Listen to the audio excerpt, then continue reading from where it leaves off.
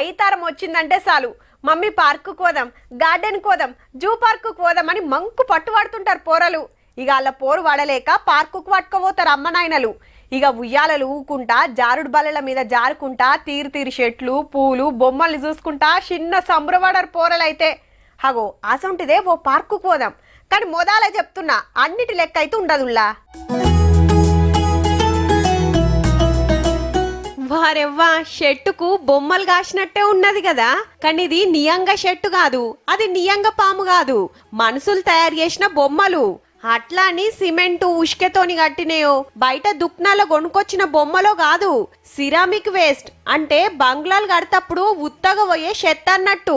హగో గసొంటి tiles sanitary waste తోని ఇట్లా తీరు తీరు బొమ్మలు తయారు చేసి ఓ పార్కే కట్టిండ్రు ఉత్తరప్రదేశ్ రాష్ట్రం కుర్జాల.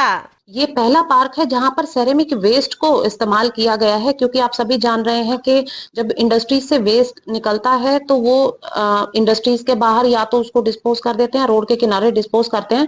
तो ये जो पार्क है ये एक स्वच्छ भारत मिशन को ध्यान में रखते हुए भी అనోకి దునియా అనే పేరు పెట్టిండ్రు, అంటే ఏరే ప్రపంచం అన్నట్టు. హగో అటు షాయకేతిరి ఇటు కోపులన్నీ చూడుర్రి, ఓదాని మీద ఓటి ఎంత ముద్దుగా వేర్చిండ్రో. కూజలు సుత చేత్తతోని తయారు చేసినాయే. 120 మంది కళాకారులు 6 నెలలు చెమట తీసి 100కు మీద బొమ్మలు చేసిండ్రట. అయితే ఈ సిరామిక్ చెత్త అంత అలకగా భూమిలో కరిగిపోదు, దగ్గర దగ్గర 4000 ఏండ్లైనా అట్లనే ఉంటదట. గందుకే రీసైక్లింగ్ చేసి అవిటితోని ఇట్లా పార్క్ ఇకమతి చేసిండ్రన్నట్టు.